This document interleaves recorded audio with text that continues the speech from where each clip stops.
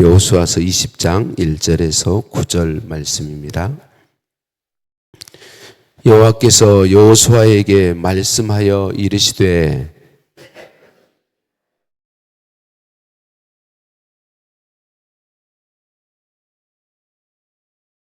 부지 중에 실수로 사람을 죽인 자를 그리로 도망하게 하라. 이는 너희를 위해 피의 보복자를 피할 곳이니라.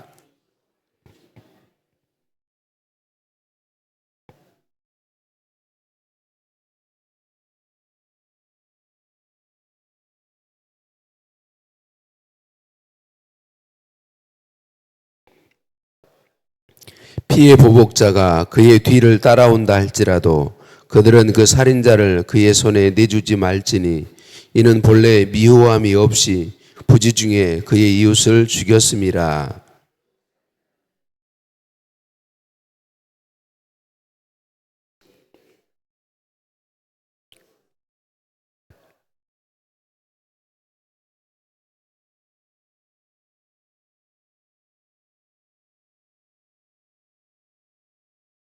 이에 그들이 납달리의 산지 갈릴리 게데스와 에브라임 산지의 세겜과 유다 산지의 기럇 아르바 곧 헤브론과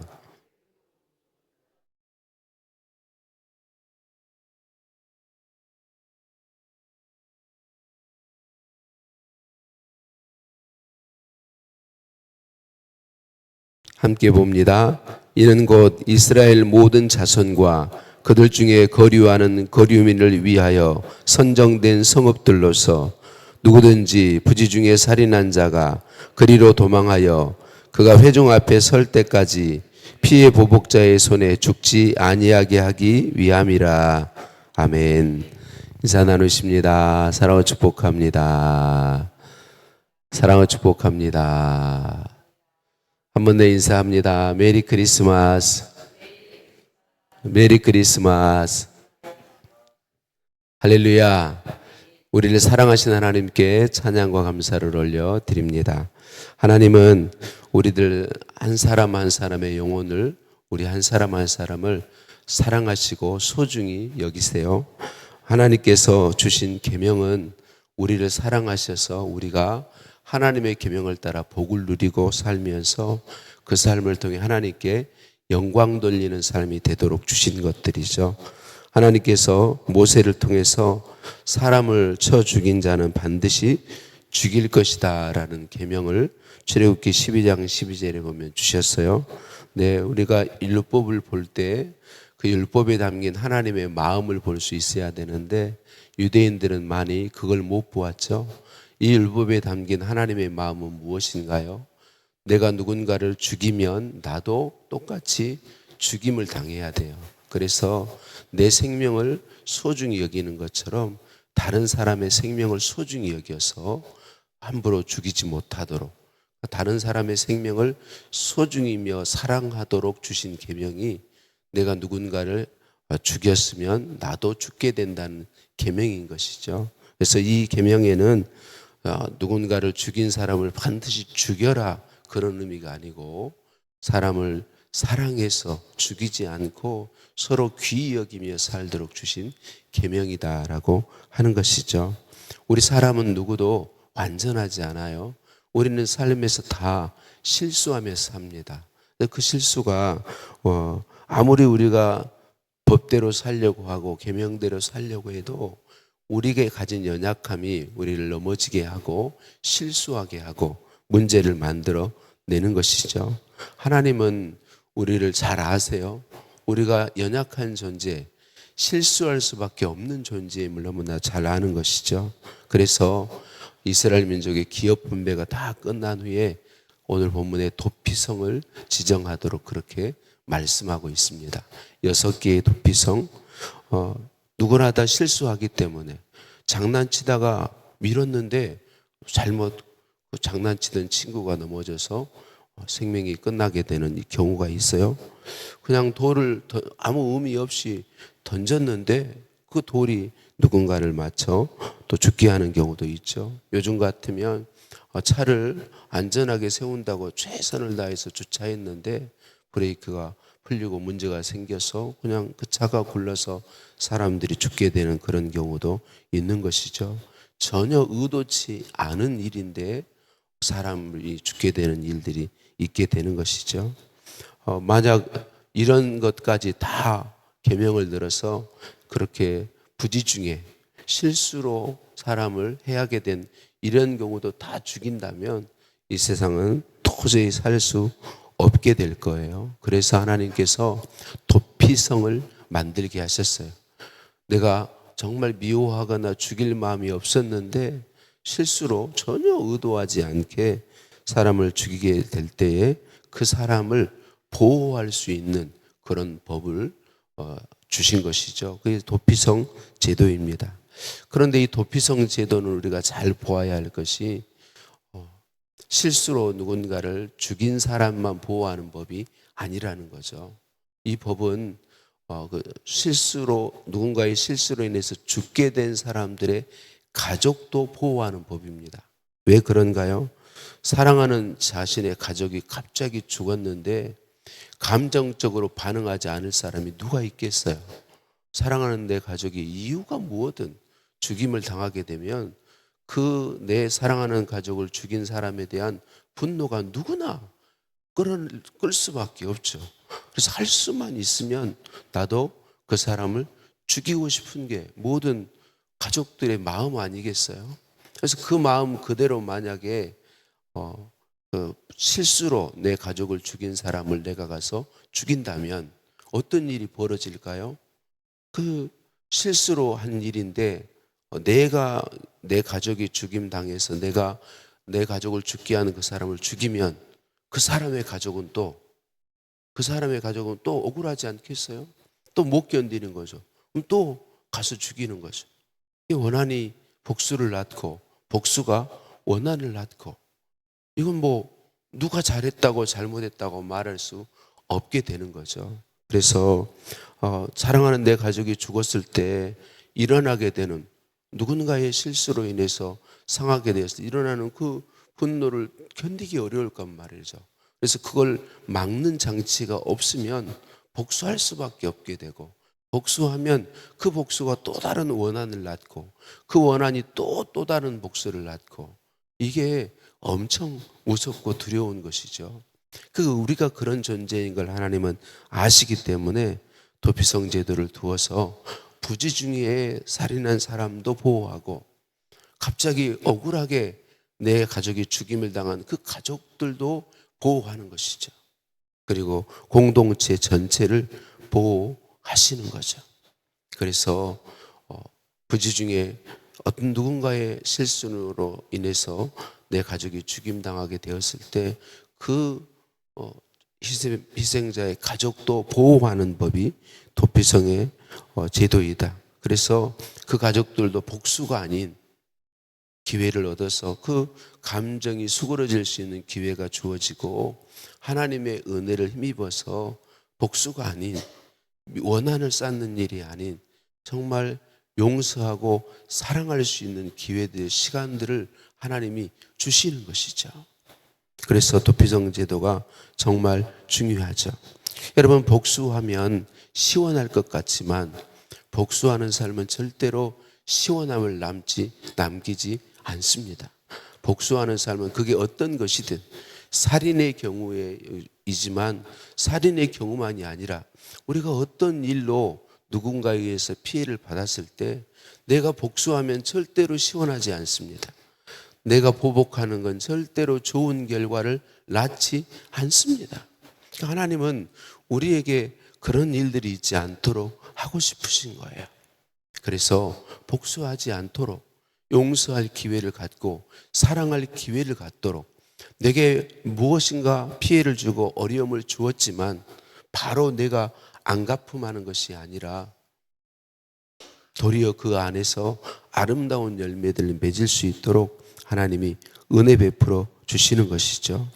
실수로 살인을 했을지라도 살인한 사람은 죽임을 당해야 되겠죠. 그런데 하나님이 도피성으로 피하여 살 수 있게 주셨습니다. 여기는 너무나도 깊은 의미가 들어있어요. 여러분, 우리 모두는 원래 지옥 형벌 받아야 마땅한 사람들이죠. 우리가 정말 안타까운 것은 우리 하나님은 천국 지역이 있어서 너무나도 안타까이 외치고 계시는데 우리들은 지옥이 얼마나 두려운 곳인지, 얼마나 고통스러운 곳인지 사실 인식하는 사람이 많지 않습니다. 이 땅에서 잠깐 고통당하는 그런 것 정도로밖에는 생각을 안 해요. 그래서 하나님은 너무나도 안타까이 외치시고 말씀하시는데 우리는 별로 그렇게 깊은 감각을 가지고 대하지 않아요. 여러분, 우리 사람이 지옥 형벌을 받는다는 건 너무나도 무섭고 두려운 일입니다. 그런데 우리 모두가 다 원래 지옥 형벌 받아야 되는 존재들이란 말이죠. 아담이 범죄한 이후로 모든 사람은 죄인으로 태어나서 죄 가운데 살다가 영원한 지옥 형벌 받아야 되는 존재들이에요. 그런데 그런 우리들이 마땅히 지옥 형벌 받아야 되는, 마땅히 영원한 사망을 받아야 되는 그런 우리를 사랑하셔서 하나님이 도피성을 만들어 주셨죠. 그 도피성이 무엇인가요? 예수 그리스도이시죠. 예수 그리스도를 통하여서 지옥 형벌 받아 마땅한, 영원한 사망을 받아 마땅한 우리를 살려 주셨고 살 기회를 허락해 주신 것이죠. 누구든지 예수님을 나의 구원자, 나의 하나님, 나의 주인으로 믿고 모셔드리면 구원받게 해 주셨습니다. 예수님을 구주로 믿는 것이 가장 복된 것이죠. 이 도피성은 하나님이 우리의 연약함과 불완전함을, 우리의 연약함과 불완전함을 잘 보여주는 제도인과 동시에 우리 한 사람 한 사람을 하나님이 얼마나 소중히 여기시는가를 보여주는 그런 계명이고 제도인 것이죠. 사랑하는 성도님들, 하나님 앞에 소중하지 않은 사람은 아무도 없습니다.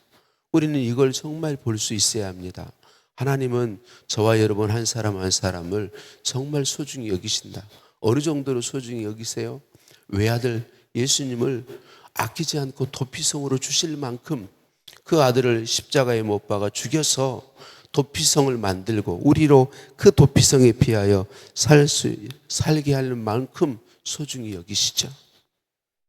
하나님 앞에 거지 나사로도 중요하고 탕자도 중요하고 탕자의 그 비유에 큰아들도 소중하고 하나님은 삭개오도 소중히 여기셨고 가늠하다 현장에 잡힌 여인도 소중히 여기셨습니다. 하나님은 저와 여러분 한 사람 한 사람을 정말 사랑하시고 정말 소중히 여기십니다. 그래서 이런 법들을 통해 이걸 알게 하시기 원하는 거죠. 하나님이 우리 한 사람 한 사람을 소중히 여기신다. 사랑하는 성도님들, 도피성으로 도망한 사람은 성문 앞에서 장로들에게 사건의 진상을 설명하고 그 진상을 부지중이라고 하는 게 어느 정도 타당하게 받아들여지면 그 성읍의 장로들은 그 사람을 받아들여야 됐고 죽이지 않도록 재판에 회부되고 정당한 재판 절차를 거쳐서 판결이 끝날 때까지 보호하도록 법을 만들어 주셨고 당시 제사장, 그 성의 제사장이 죽을 때까지 그 성에서 나가지 않으면 보호받도록 했고 대제사장이 죽게 되면 그때 자기 고향으로 돌아갈 수 있도록 그렇게 법을 만들어 주셨습니다. 생명의 삶에서는 이렇게 이야기하고 있더라고요. 대제사장이 죽으면 돌아갈 수 있는 것, 이게 대속의 원리이다. 우리를 누군가를 대신해서 죽으면 곧 예수 그리스도께서 죽음을 통하여 우리가 그 예수 그리스도 안에서 구원함을 얻은 것이다. 그렇게 말씀하고 있습니다. 사랑하는 성도님들, 말씀을 마칩니다. 하나님은 저와 여러분 한 사람 한 사람을 사랑하시고 우리 연약함을 아십니다. 우리가 언제나 실수할 수 있음을 아십니다. 그래서 우리를 보호할 수 있게 해주셨고 가장 중요한 계명은 우리 한 사람 한 사람을 소중히 여기시고 사랑하실 뿐만 아니라 그래서 그 사랑을 받아서 우리도 내 옆에 있는 한 사람 한 사람을 소중히 여기고 사랑할 수 있도록 은혜 베풀어 주신 것입니다. 살인한 사람을 죽이도록 한 계명은 서두에 말씀드린 것처럼 내 생명이 소중한 만큼 다른 사람의 생명도 소중하다는 걸 알게 하셔서 내가 내 몸을 아끼듯 다른 사람의 생명과 몸을 아끼고 소중히 여기도록 우리에게 계명을 주신 것들입니다. 그리고 그렇게 우리가 소중히 여기며 사랑하며 살 수 있도록 예수 그리스도를 내어 주셨습니다. 예수 그리스도에게 우리가 연약하여 당연히 죽고 멸망받아야 될 그 모든 것을 예수 그리스도에게 담당시키시고 그 예수 그리스도 안에서 우리는 복수와 원한을 쌓는 삶이 아니라 용서하며 사랑하며 돕고 섬기는 삶의 복을 누리도록 은혜 베풀어 주신 것입니다. 저와 여러분은 죽어 마땅한 사람들인데 하나님의 외아들을 내어주시는 사랑으로 용서받았습니다. 구원받았습니다. 하나님의 사랑을 부음받고 있습니다. 우리는 다른 사람의 생명을 소중히 여길 수 있습니다. 다른 사람의 삶을 귀히 여길 수 있습니다. 내게 원한을 쌓은 사람일지라도, 내게 해를 끼친 사람일지라도 용서하며 사랑하며 그 사람을 소중히 여겨줄 수 있는 그런 능력의 은혜가 저와 여러분 안에는 부어져 있습니다. 이 은혜를 온전히 누리고 사용함으로 하나님께 영광 돌릴 뿐만 아니라 약속하신 복들을 풍성히 받아 누리는 우리 모두이시기를 예수님의 이름으로 축복합니다. 하나님, 오늘도 말씀으로 찾아와 주시니 감사합니다. 우리가 다른 사람의 생명을 나의 생명같이 소중히 여길 수 있도록 은혜 주시니 감사합니다. 원한이 복수를 낳고 복수가 또 원한을 낳는 악순환에 함몰되지 않도록 해주셔서 감사합니다. 외아들을 내어주셔서 도피성이 되게 하시고 그 도피성을 통한 하나님의 사랑을 알게 하시니 감사합니다. 그 사랑을 힘입어 용서와 사랑과 섬김의 삶을 살 수 있도록 은혜 주시니 감사합니다. 사랑으로 내 안에 오신 주님, 나를 온전히 통치하시고 다스리셔서 이 복된 삶을 살아가도록 하시고 영광받아 주옵소서. 예수님의 이름으로 기도드립니다. 아멘. 하늘에 계신 우리 아버지, 아버지의 이름을 거룩하게 하시며 아버지의 나라가 오게 하시며 아버지의 뜻이 하늘에서와 같이 땅에서도 이루어지게 하소서. 오늘 우리에게 일용할 양식을 주시고 우리가 우리에게 잘못한 사람을 용서하여 준 것 같이 우리 죄를 용서하여 주시고 우리를 시험에 빠지지 않게 하시고 악에서 구하소서. 나라와 권능과 영광이 영원히 아버지의 것입니다. 아멘.